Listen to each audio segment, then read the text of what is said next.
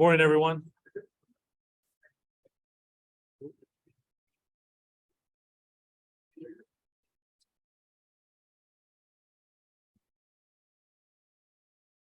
know people are still filling their coffees and getting settled, but we're right at 8 o'clock, so I wanted to get us started.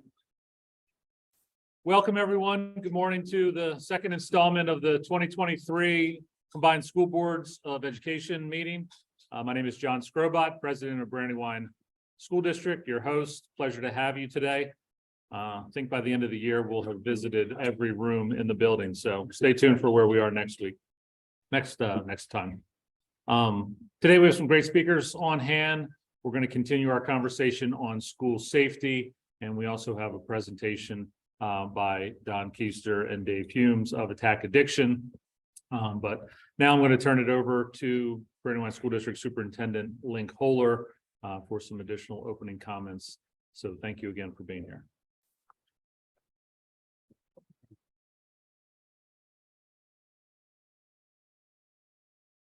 Good morning, everyone. I'd just like to echo what John Scrobot had to say. Thank you for coming out today.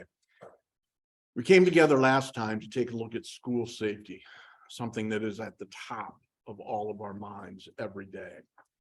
In last meeting, we looked at hardening of targets, of physical assets, of protocols and practices that we could hone in on to ensure that our kids are safer today than they were yesterday.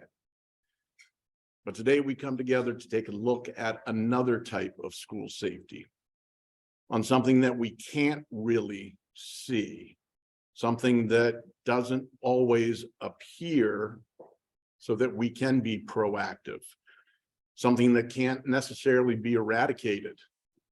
So it's only through education that we can tackle the subject of today's safety and security. We wanted to come together today around the opioid crisis, especially around the fentanyl piece of that. Just doing some research on fentanyl, an amount the size of 4 grains of salt is enough to be a lethal dose. It's being hidden in prescription pills that our kids think are one thing, only to find out there's something else. I'm not an expert in this line of medicine. When I stop and think, 5 years ago, might not have known any family that was close to me that was really affected by the opioid crisis. But now today, I think sitting here, probably all of us can think of a family member, a work colleague, a neighbor who was directly impacted by the opioid crisis. And if your family is not directly impacted yet,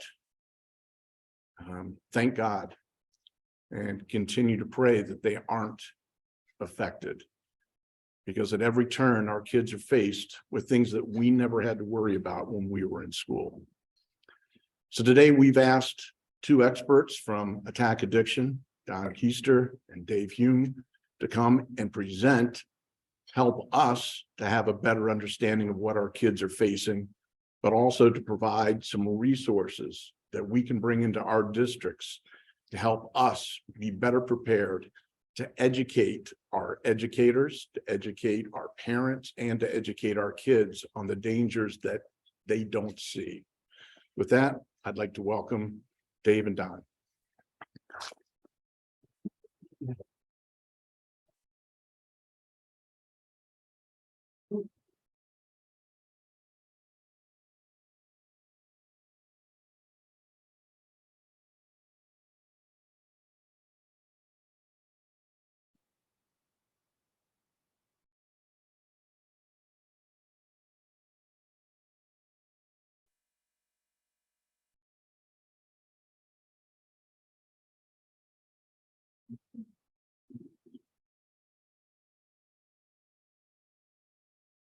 Thank you for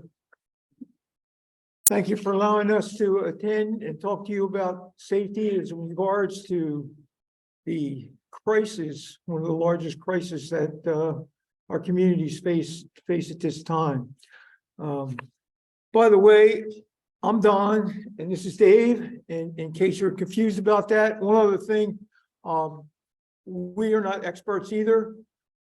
We have lost children.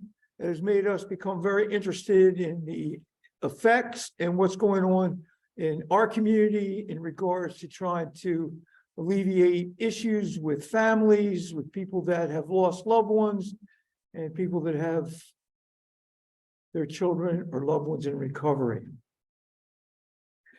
You have brief bios in a handout, as well as information regarding our organization, Attack Addiction, and we appreciate the opportunity to be here. This is my son Tyler during high school. He just won Division II state championships in 2005. This is Dave's sons, Greg, participating in disc golf. Both of these boys were good athletes, well liked by their teachers, classmates. They were smart, they were funny, they were good kids. This is my son Tyler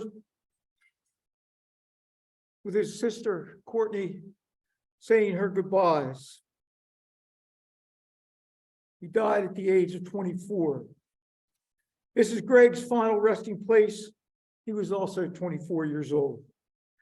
These events have catapulted us into a friendship, working as volunteers to address the stigma of addiction, provide education, legislation, and support for those in need. How much do you know? I'm going to ask some questions. If you take a minute and mentally think of them, or even record them if you'd like. This will be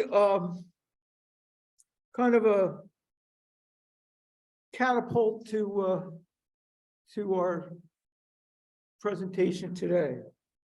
Question 1, what is the 911 Good Samaritan law? Question 2, what is naloxone? Do you have any in your school?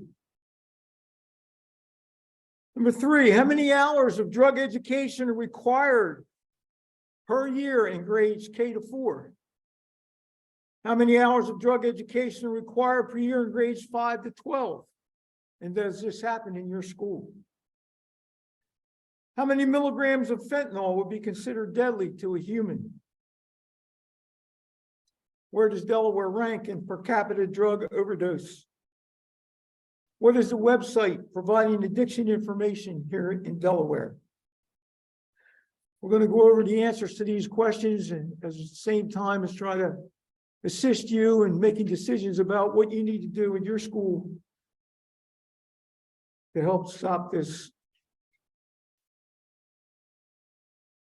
crazy, deadly disease that we're dealing with.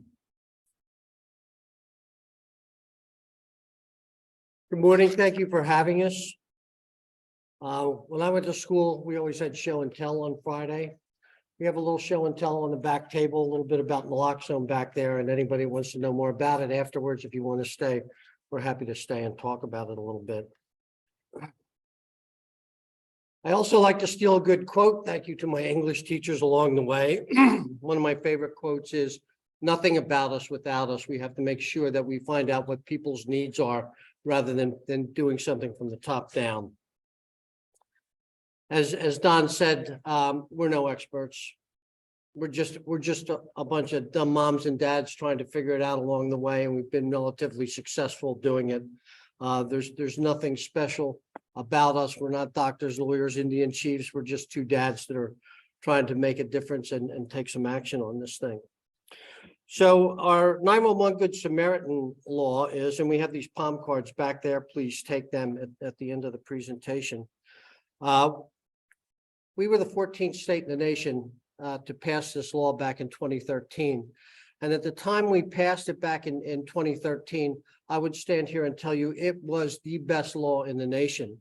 And as we're standing here 10 years later, I'll tell you it is still one of the best laws in the nation.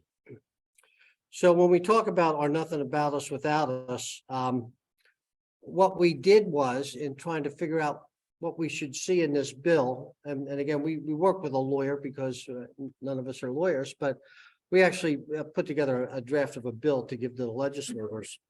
And what we did is we went out and we spoke with people who were in short-term recovery, long-term recovery, or in some instances still in use. And we tried to find out, why wouldn't you make that call to 911? And the number one response of why people would not make that call to 911, fear of legal risk. Fear of legal risk. And this one hits home with me. My son Greg, great kid. He had 17 months of sobriety. He was out with some buddies of his, the good guys in his life, and he ran into some of his old running mates. And he went off with them and thought he could use one more time. And that was a decision that proved to be fatal. And the people he was with when he overdosed, they picked him up, they put him in his car, they drove him to the lot of the hospital and just walked away. They didn't hit the key fob on his car. They didn't go push that red button on the emergency room doors and run like heck. And they didn't go a block away and call and say, go look in your parking lot. They walked away. The investigating detective told me if we had a 911 or a Good Samaritan law or a Narcan law, your son might very well be alive today. So this is real. This is real. And our law in Delaware grants immunity from arrest, charge, and prosecution if you make that call to 911. There's going to be some things we really want to see you as a takeaway today. And one of those things, if you only take a couple things back with you, this law applies to underage drinking. And I think about when I was in high school and Friday night football games, and that's where I first started doing this. So you have a kid, the first time, he may drink to excess, he may pass out. What's his buddies do? I'm out of here. I don't want to be here when the police get here. So this 911 Good Samaritan law applies to underage drinking. This is very important. And we have to continue to pound this message away. You can't just start telling the kids in 4th grade about it and that's it. Every year on August 31st is International Overdose Awareness Day. And we do a candlelight vigil on the campus of UD. And the kids are coming back to school at that time. And they're walking by and Liz Perkins, whose sons overdosed and died, and it's on the name of the bill. 2 years ago, she said, Dave, do you know these kids don't know what the 911 Good Samaritan law is? And I said, Liz, you have to remember, they were in 4th grade when we passed the law. So we have to continually talk about this.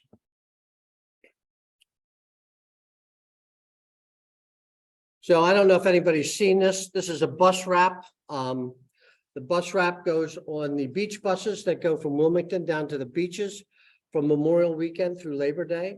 And if you've ever driven around in Newark, the campus of the University of Delaware, you'll also see that on 7 of their 12 buses, I think, on the outside. We also have placards on the inside to make them aware of naloxone. So naloxone, what's naloxone? Naloxone is the generic name for a medication that reverses opioid overdoses. Most of you know it by Narcan. That's the branded name. And again, we have samples of that back there that you can look at. We followed up our community access, our 911 Good Samaritan work. And the following year, we looked to get community access to naloxone here in Delaware. And we were successful. So we had people who can go out in the community and give presentations and give naloxone to people so they have it on hand. And what naloxone does is it pretty much immediately reverses the effects of an opioid overdose. You used to be able to give one dose. Sometimes it's necessary to give more than one dose. And the idea is for laypersons like us, we want to administer this, get them breathing.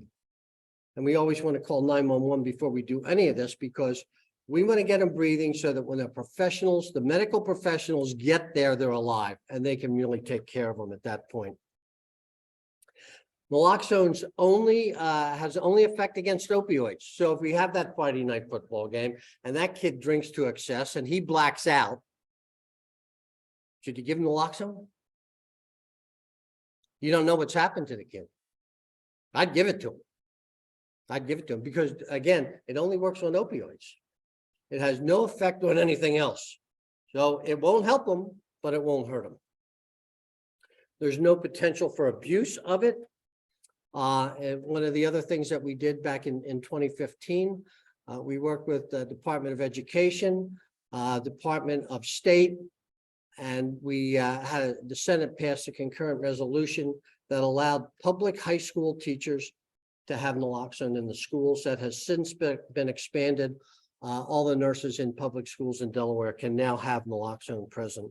So.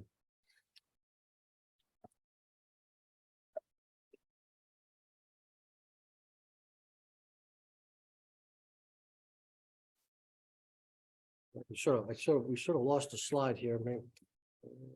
No, pardon me. All right, we're dealing with the question about the number of hours. Title 14, Chapter 1, a law in Delaware that you're all aware of, establishes the requirement for health education. However, it allows the state superintendent, as approved by the Board of Education, State Board of Education, to monitor and talk about the number of hours in drug and alcohol education that are a part of that 30 hours. And in K-4, that number is 10 hours per year in drug and alcohol education. In the middle school, grades 5 and 12, as you can see, the hours there again, it's required 15 hours is required in each year.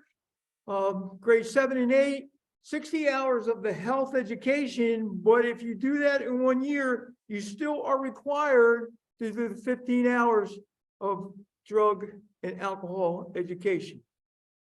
In high school, you can see that the half credit is required, and sometimes it's difficult to figure out exactly where you're going to put the other 15 hours throughout their high school career. It's sometimes difficult because I realize how often principals and how much principals have the responsibility to do, and every time you turn around, it seems there's more and more added to your plate. It was approximately 25 years ago when I first became a principal at McCain High School. And I've heard about this law, and I tried to figure out exactly how I was going to do this. 9th grade was easy, health class. 10th grade wasn't too hard either, we'd do it in driver's ed. In 11th grade, I personally decided to do it in U.S. history. It was required at that time. 11th graders take U.S. history, and senior English would be the last 15 hours. So that's where I decided to do it, but actually your principals can decide how they want to do this. Now, so I kind of ironic that 25 years ago, it was the same amount of hours that we have now. Maybe we ought to increase that, and that's something that we will have to look at.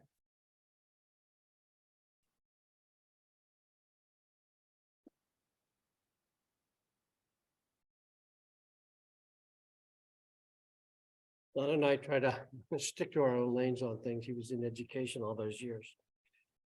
Link, you talked about fentanyl. You're stealing my thunder a little bit. Don and I were fortunate enough to go to a conference several years ago down in Washington, D.C. And at that conference, all but one of the former drug czars, national drug czars, were there and spoke. And one of them, I think it was General McCaffrey, held up a packet of sugar. And he said, "Do you know how much is in here?" Nobody knew. 300 milligrams package.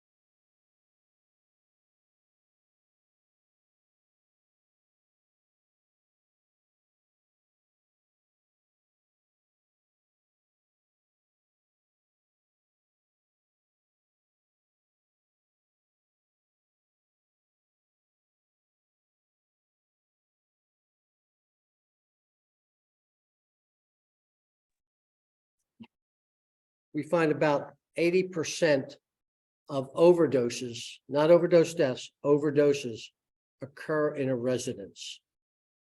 In those residences, only 7% have naloxone to reverse those overdoses. So it's really important that we get more of that out in the hands of the community. We're doing a lot better now. The Department of Substance Abuse and Mental Health, they run some pods. Department of Public Health, they run pods, the drive-throughs like they do at food banks and whatnot. So we're doing a much better job of getting it out there in the community. One of the other things that now has come into play, as soon as you think you've stopped something, something else comes up. So you may have heard about xylazine or tranq. Okay, what this is a veterinarian's tranquilizers for large animals. It's not an opioid. What that means is the naloxone won't work with it. And the dealers are doing the same thing. They're mixing this stuff in with all sorts of stuff. And I'll tell you what, if the dealers could put this stuff in a cup of coffee at Starbucks, they would do it. They absolutely would do it. So the tranq is really problematic. It causes infections like MRSA to the extent that people are losing their fingers, their toes and whatnot. We had our attack addiction meeting the other night, and we had a woman, she's got a daughter who's been using tranq. And she's got all these open sores on her foot. She's 23 years old. Because of her addiction, she can't see her young child all that often. And the child, 4 years old child, comes over, and the mom, her foot comes out from under the covers. And the little kid says, "What's that smell?" That's how bad this is, and that's how bad tranq is. So we want to talk a little bit, where do we rank as Delaware? How are we doing as Delaware? For a small state, both by population and geography, we're not doing very well. We're not doing very well. We are third in the nation in per capita overdose deaths. We have, prior to that, we were number 2 for quite a long time. West Virginia ranks first. You probably hear about West Virginia a lot. Thank you, Kentucky. They jumped ahead of us. They're in number 2. I don't wish ill on anybody, but we still need to be doing a lot more to reverse these overdose deaths here in Delaware. We're also third in the nation in the prescribing of long-acting high-dosage opioids. And actually, we've tried to do something to get that under control as well. Back in 2015, CDC came up with some guidelines for prescribing. Guidelines are nice. Here, doctors, we'd like you to try and do this. They don't necessarily have to follow through and do it. Here in Delaware, our Department of State, we put in regulations for prescribing. So even with these regulations, our rates have gone down, but we're still very high when we look at some of the other states. In 2021, Delaware experienced 515 opioid overdose deaths. That's up from 15% from 2020. One of the other things that sometimes people don't look at the human factor. Okay, if you don't want to look at the human factor, fine. Let's talk about the cost. In 2016, the United States Surgeon General came out with the first ever report on opioids, much like they did with tobacco back in the mid-60s. That report said, 2016, we're in 2023, at the time, the cost of opioid crisis was $400 billion. $400 billion. And if you break that down by population and look at Delaware's population in comparison with the whole, it costs Delaware $1.15 billion. So it's, we have to get this thing under control. Here's our overdoses. Since Attack Addiction was founded in 2013, we also have the 2012 number, because that was the first number we got when we started as an advocacy group. And you can see we had 126 back then. Don's son Tyler was one of them. My son Greg was another one of those people who have died. So since that time, we've lost over 3,000 Delawareans to overdose deaths. Unnecessarily, we've lost them to overdose deaths. We've lost, since the turn of the century, 1 million Americans to opioid overdose deaths. And in 2021 nationally, we lost 105,000 Americans unnecessarily to opioid overdose deaths.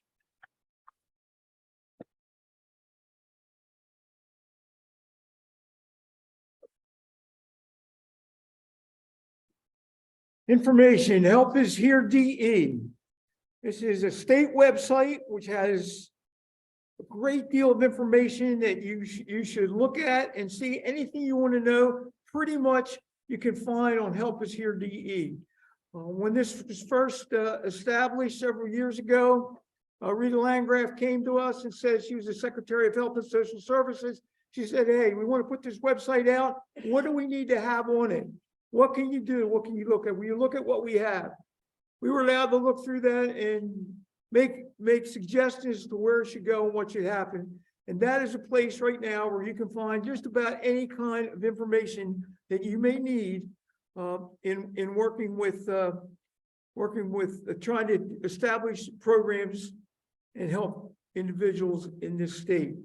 The mobile crisis hotline is listed there. Bridge Clinic, the Bridge Clinic in Newcastle County happens to be open 24 hours, 24/7. In Kent and Sussex, that happens to be not the case. And of course, you see there the number for behavioral health assistance, 211. Now, in addition, Attack Addiction has their monthly meeting, and we have support groups. We also have what we call a PEP team, which would provide support over the phone.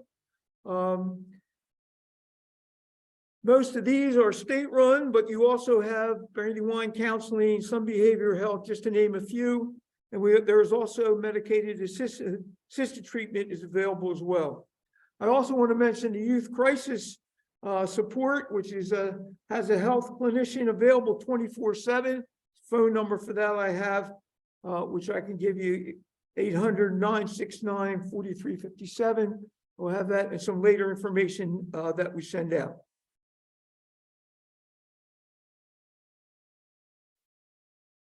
No one chooses this. Many of us talk to parents and say, not my kid. I know when I try to speak with parent groups, or we try to get parent groups out, it's difficult. A few come out, a few don't. They don't see it as important. But what I need to tell you is that 90% of those that later become addicted begin this journey in high school. And we all need to make this happen. And we can start as early as elementary school to do that. Here I have a short clip I'd like to show you from a film called The First Day. I think they are going to have to, should I bring the microphone over or? Okay.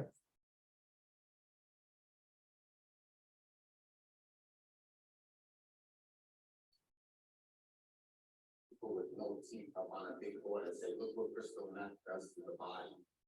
That's safe. But nobody asked about the beginning. 6 years ago, I would have walked in and I would have told you my story.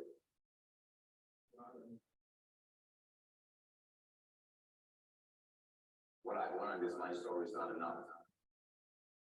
That you kids, you deserve way more than just a story. We focus on the worst day, and we forget the first day. We want to tell you stories and show you movies about what drug addiction looks like in the end. If I asked this school to walk into this assembly today with pictures of drug addicts, if I asked you today, come prepared with a picture of a drug addict in your pocket, 95% of you would have brought a picture of a person in the final stage of their life because of drug addiction.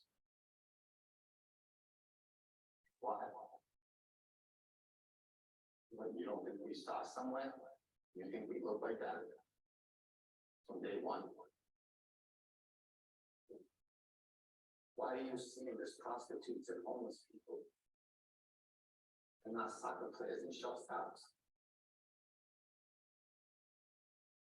I don't know if you're aware of this, but I was told that this school district had 18 overdose deaths last year of alumni from these schools. So let me ask you a question. Do yourself a favor. Go knock on the door of the mom and dad that just buried one of your alums and ask them for a picture when they were in high school. Hey, can I see your son's picture in high school? What do you think, he looks different? That kid drank in the same woods you're drinking in. She's buying liquor from the same liquor stores you buy it. So you think you're different? And you think it will never be you? I just want you to know, they thought it would never be them. That was a short clip from a movie presentation that Chris Herron gave. He was a professional basketball player, played for the Boston Celtics and other teams. Addiction ruined his career. He ended up going to Europe and playing some. He got himself clean, started an organization, and he has been to Delaware several times to speak. Do get a chance to hear him. He does a fantastic job. It seems apparent to me that we will be much more effective if we can address the problem on the first day rather than after they're already into this. And that's where we are, that's where you are, trying to deal with the people that are there at the first day. Seeking solutions and ways to help athletes and parents. I have talked to many people that will go to a doctor because of an injury. They're given pain medication. This pain medication is often addictive. Tyler went and had his wisdom teeth removed, was given pain medication, and back in 2010, 9, 8, he wanted another dose, another bottle, another prescription, and we got it for him, probably where he started to get in the issue of addiction. So make sure athletes, when they get injured, make sure parents and athletic directors are aware that might happen. Here are some other things that would be helpful. Wellness centers, utilize those folks, and your nurses, your health teachers, make sure they are involved in whatever is going on. Attend a reality tour. Reality tour is a program for parents and their child. We started the first program before COVID, several years before COVID. We stopped it when COVID hit. It's an educational program.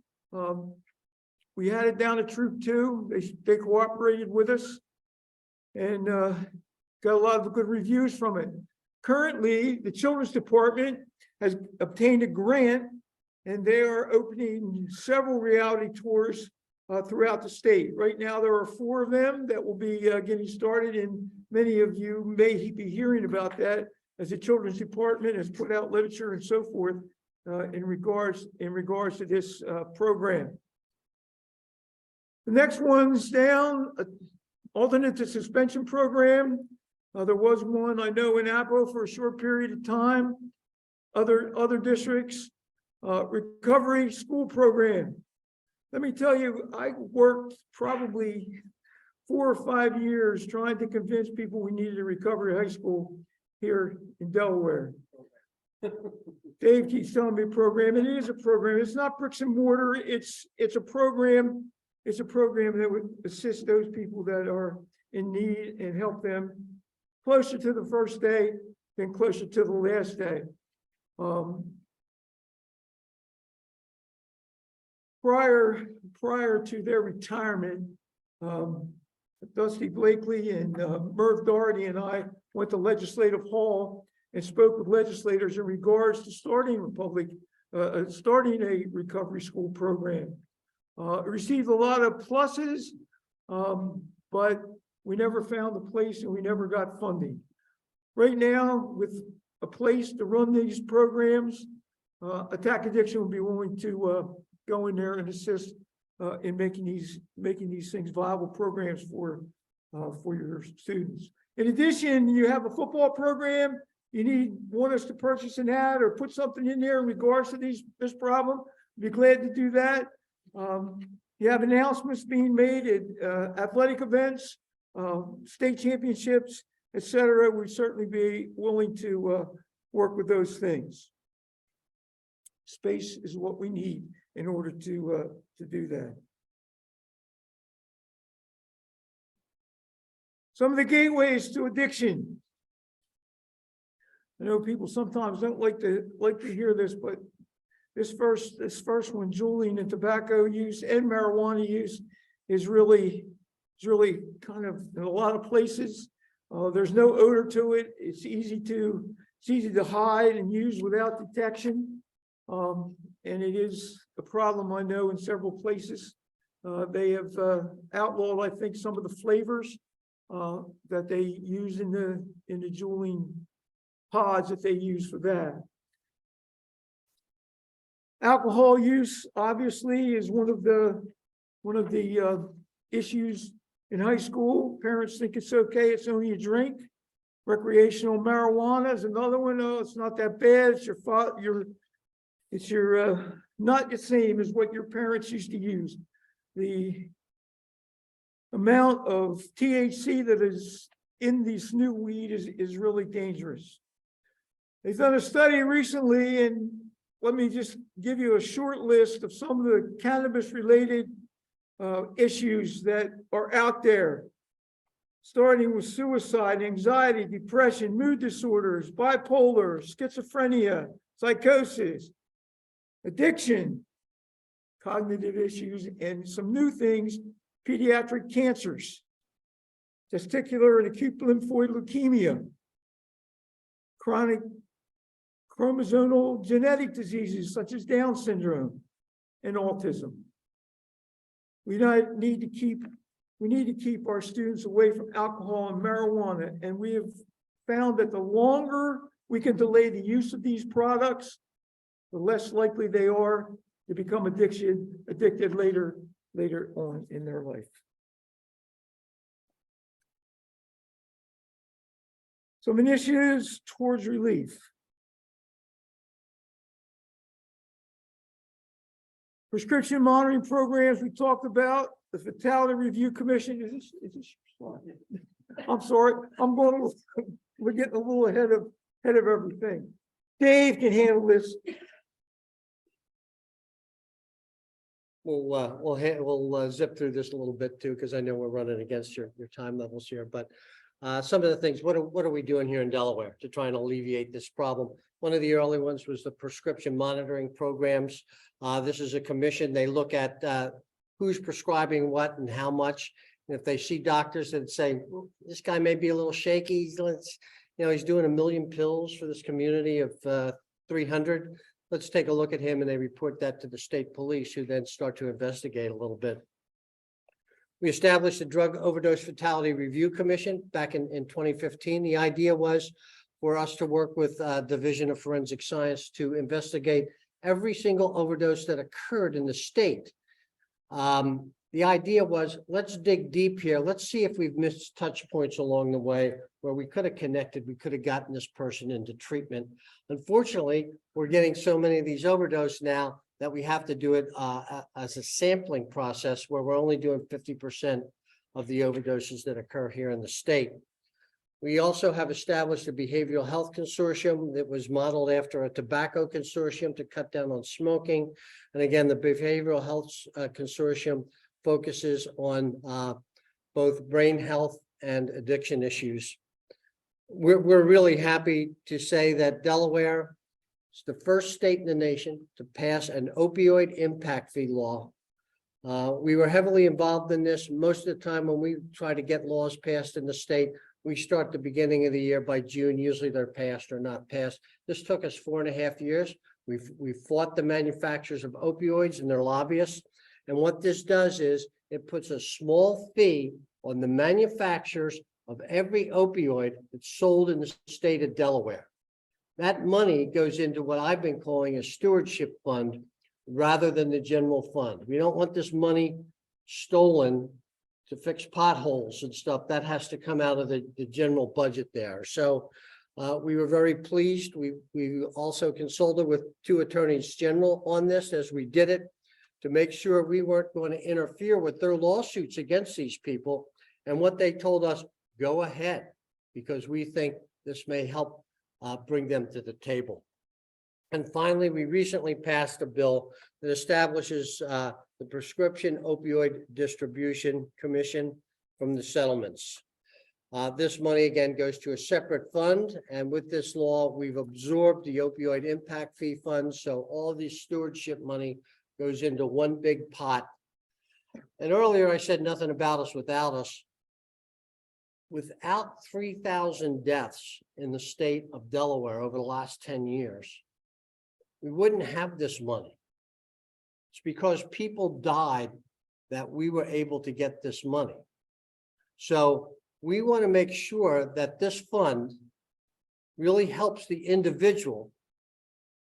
That's one of the prime concerns, but it's also good to help the organizations that helps the individual. We've got the link here to the governor's website. You can apply for some of this funding for programs to help alleviate this. This is a chart. You can't see it all, but basically some of these settlement suits last 17 years. You know, geez, that's going to take a while. But fortunately, some of the settlements have us front loading some of the money that we're supposed to get. So this slide shows the settlements that are in existence already, and over the next 17 years, we're going to receive about $102 million to address the problem. And if we're successful with the suits against the opioid manufacturers, we anticipate, and it's not an optimistic estimate, it's something we feel confident that we'll end up having $250 million, $250 million to start addressing this problem.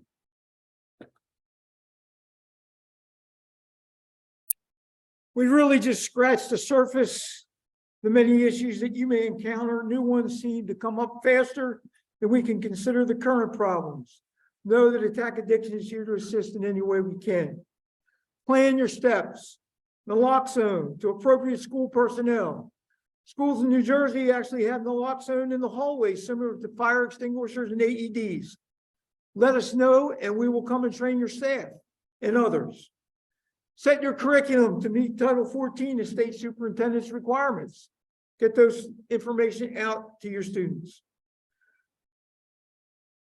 These are 2 items that will cost you a little bit of small amounts of money, but will begin the process if you're not already there. We will remain afterwards for any additional questions and information, and we will be sending out additional resources later that we've already given you. So we're good. Thank you. We appreciate your attention, and hopefully you'll be able to start. I'm sure you already have started. You're aware that this is the issue. You're concerned about the safety of your students and everyone. And this is just another piece that goes along with that, with the many, many things I know that you're responsible for. So thank you.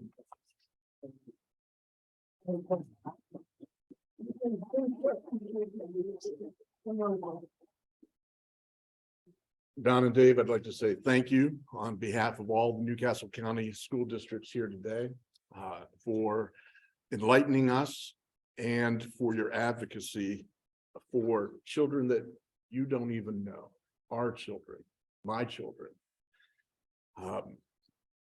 Before we end, I'm going to ask Dr. Lisa Lawson to come up and share just a few comments around options that have existed that could help support students facing opioid crisis that have dropped by the wayside and needs that districts have in that regard. Lisa? Good morning, everyone. So no one has answers, right? And Dr. Cooper and certainly Superintendent Green, remember, we had these conversations about 6 years ago. Delaware apparently participated in a national study looking at day programs for students. So many times we think about addiction, mental health comes right along with it, as Mr. Keister mentioned. So it's like that chicken and egg theory, right? Which came first, and they are usually tied together. So about 6 years ago, we were informed that instead of having students participate in day programs, which they had been for some of these challenges, that best practice indicated that students needed to return to their communities, their school communities, their homes, and that the support would come into the schools. The schools were not aware that this was actually going to happen. I do remember having conversations with heads of DSCYF and DHSS around this. Steve Yateman was involved. He's still around with us, and Susan Sissick. And we just said, well, wait a second. The schools actually weren't part of this committee work. We weren't aware that this was happening. How should we prepare? How should we be ready for this to occur? We weren't ready. And it's not that we wouldn't welcome students back into the district. It was, how do we help them on a daily basis, right? Work through these challenges, mental health challenges, addiction challenges, and then educate them at the same time. We're still reeling from this. We do have behavioral health consultants in our middle schools. Many of us do. Many of us have formed emotional support programs inside of schools because we're struggling with ways to support these students socially, emotionally, mentally, health-wise, and also educate them at the same time. You know that we consistently get pressed around our reading and math scores, and we're pushed to make sure that children are achieving, and they're achieving at high levels. So we don't have answers, but we are looking to work together to get some answers and or to collaborate to do better. Many of us turn to our codes of conduct around some of these pieces because they are violations of the code of conduct. When you have alcohol being used in school, drugs, we have middle schoolers bringing laced gummies to school, giving them to other students. They're not aware that they're laced with anything. And we've sent 3 middle school students out 911 this year to the hospital because of vomiting from the laced candy and or just not being so impaired. And parents obviously are very upset. So we're looking to collaborate with all of you. What kinds of things can we do? Many of us leaned on Aquila for a long time. They're now shut down. We call Brandywine Counseling quite a bit because we try to get on the front end of the students that are struggling with this. We see it. They come to school impaired. Obviously, marijuana has a very distinct smell. Our high schools are really struggling with the bathrooms, and we're looking at detectors, vape detectors, those kinds of things. We've got administrators obviously checking bathrooms a lot. So it's a lot. And we just wanted to say that we're all in this together. We're trying to come up with some answers. Those required hours, we absolutely believe that they should be happening. But to your point, Don, when is that happening, right? Especially if you look at high schools and courses, it's nice to hear that you weaved it into U.S. history and English. I think we'd like to have some consistency across the county with these kinds of things. So I'll just open it up for comments and questions. Just kind of wanted to mention where we've come. The students are in our schools. There aren't day programs or placements for them anymore. It was interesting that Mr. Keister was looking for some sort of a program opportunity. I think for us, we just worry that it is during the day, before school and after school, that these students are engaging in these behaviors. And so how do we do this, right? How do we help them when we have them for 7 hours a day? So thank you.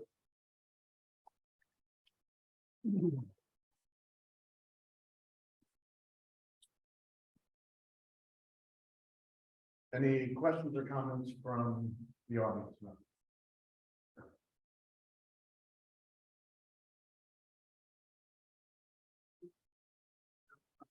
Mike necessarily, but my name is John Cooper, and I'm one of my great colleagues here, and many of you in the room, I've had the opportunity to work with over the years. It's probably not a coincidence, my colleague JD. We actually have a meeting this afternoon, focused on about fentanyl education campaign. For Colonial, we're going to be looking at what our current health, how we're meeting health requirements on drug education.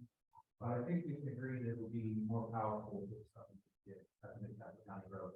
Many people again, I work. There's people who we sit together, and I know very well we work together. So I guess what I'd like to put out there, that start a conversation about a countywide campaign around the Thanks. Anybody else?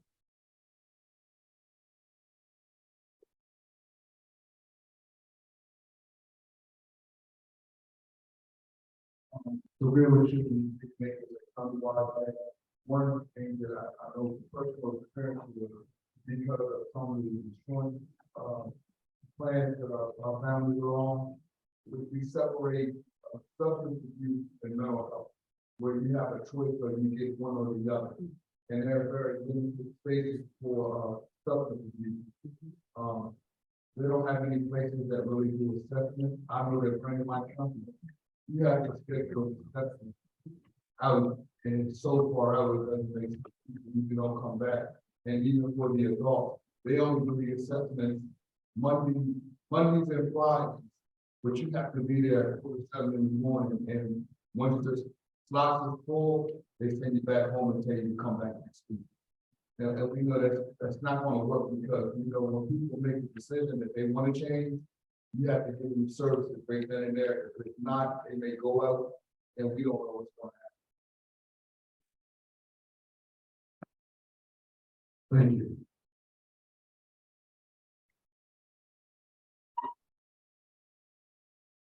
you. In regard to what you're saying, there's several years ago, another law passed in Delaware. It was the law to make sure that with mental health and substance abuse issues. And there was also a secondary law passed that said if you've been declined for any reason and you feel it wasn't justified, you can go to the Department of Justice and the Attorney General, and they will look to file suit and possibly defend the claim. So that's something that's Any other comments?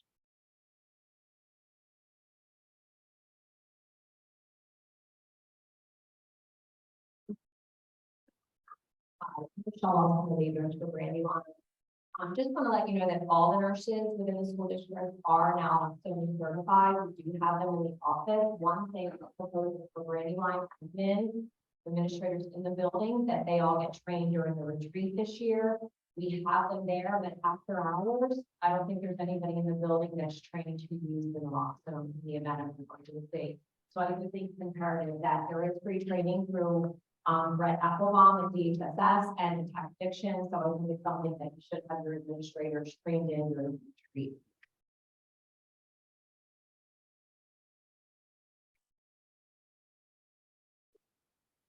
I just wanted to acknowledge your comments, which is excellent, by the way. Encourage the group I've done, DHSS training is very easy, it's free. They do through Zoom. I've done it in person. I also saw that Scooby brought in a lot, so kit that you'll get after training. But I also wanted to put a plug in. I appreciate how professionally for the Rockford Center. We do have an inpatient file and I don't know as well. So that's also community provides. I think Anybody else? Now, again, I want to say thank you for coming today and especially thanks to the, thank you.